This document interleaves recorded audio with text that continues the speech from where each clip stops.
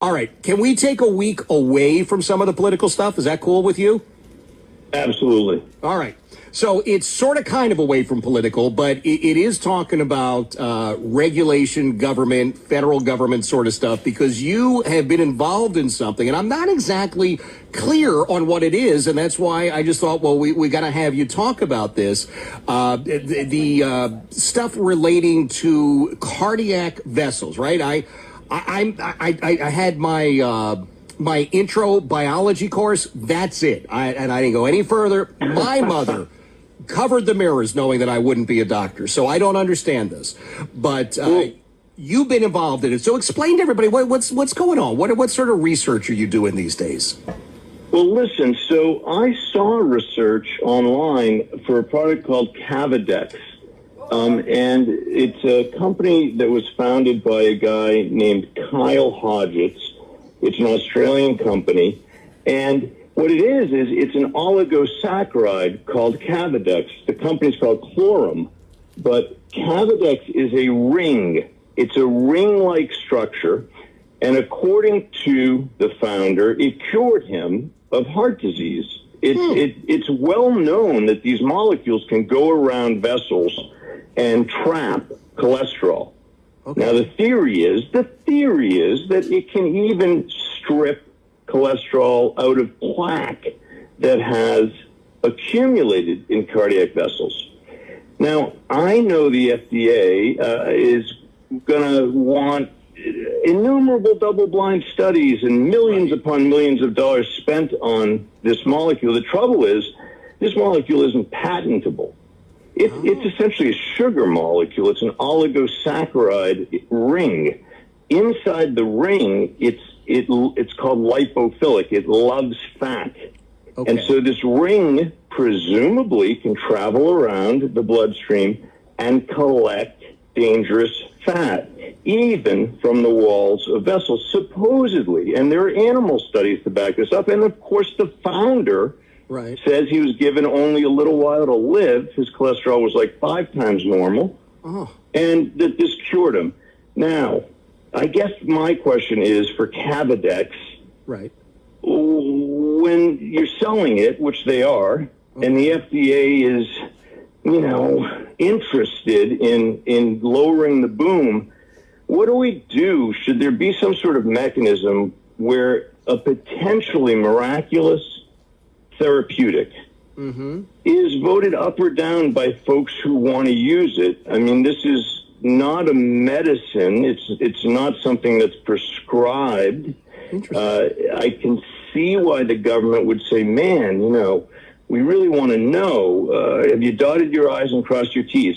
But with cardiovascular disease being essentially the biggest killer of humans, if there's a ring sugar that can go around and collect dangerous plaque from your body and free up your memory potentially, your heart, because your carotid arteries in your neck, they have plaque too. So the implications are potentially transformational. Who's going to champion this?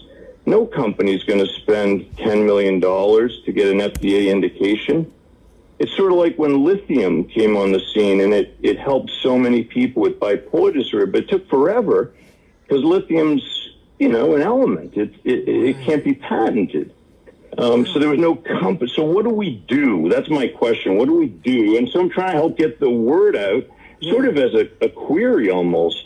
Should there be some sort of road where we can fast track an incredibly promising treatment that pharma won't develop, that big pharma won't develop, because big pharma owns the world? But how about, like, if you're dying, or if you love someone who has horrible heart disease?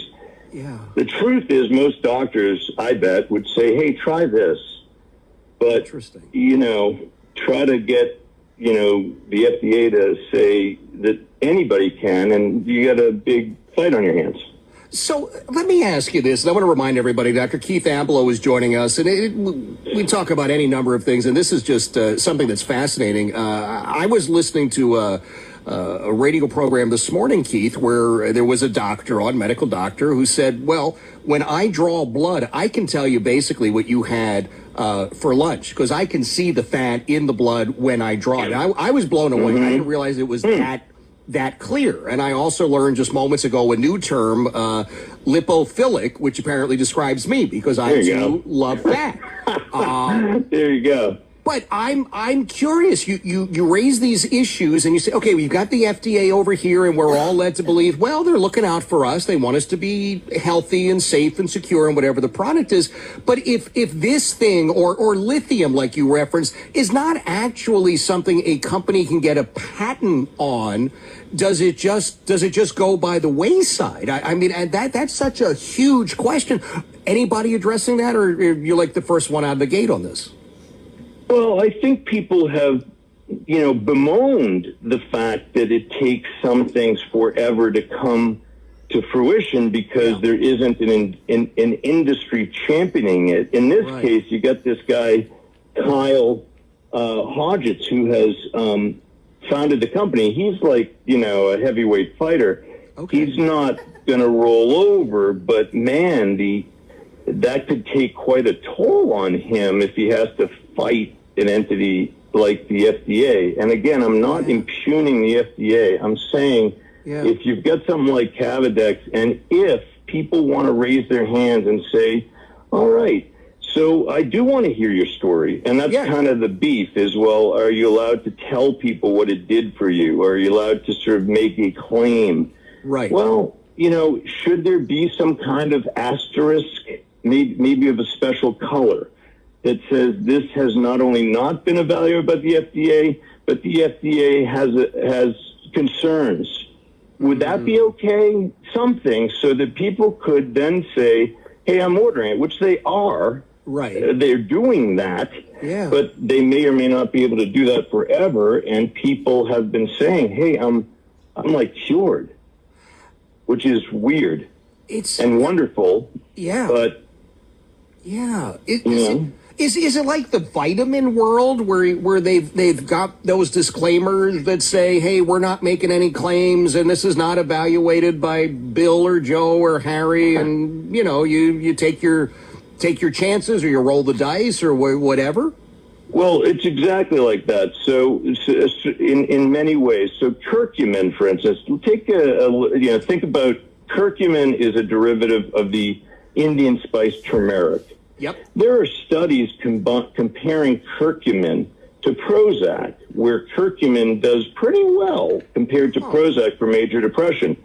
But because it's naturally occurring, there's no company that's going to do all the double-blind studies, take it through all the machinations that you'd have to, and then patent the use of curcumin in major depression. Hence, you can't have a bottle that says, take this for major depression. But, okay, but then we're sort of dancing around some data that's very positive. And what if folks wanted to say, well, you should tell me that story. I want to know that. I'm having trouble, and they say it's this illness, and I want to know, but all right, I'll take the purple asterisk or whatever it might be. Right. That would alert you. The FDA is not sanctioning this in a stronger way, maybe than, hey, little print that says it hasn't been evaluated. I think this is a huge story, Keith. I'll tell you what I want to do, I want to send people over to keithablow.com. I haven't checked yet, so I don't know if you've written anything on it yet, but I'm thinking, knowing you. Not yet, but I will. Okay. Because I'm really intrigued. Like, what do you do in a situation like this? What do you do? Right. Because you know what you would do for your grandfather. You know what you would do for yourself. I think most people do. It doesn't seem to be harmful to anyone. So what do we do as a culture? There's the question. Well, I'll tell you what. I want people to head on over to keithablow.com, keithablow.com, and take a look at this. This is, I would say, the beginning of this discussion. We'll talk more about it. Keith is with us, thank God, every single week. We talk about a million different things, and Keith obviously is all about Well, he's a man of science. He's got many, many talents that he brings to the table, and helping people live better lives is something he's devoted his entire life to. So if you would, take a look, KeithAblow.com. It is 546. Jeff Katz, News Radio, WRVA.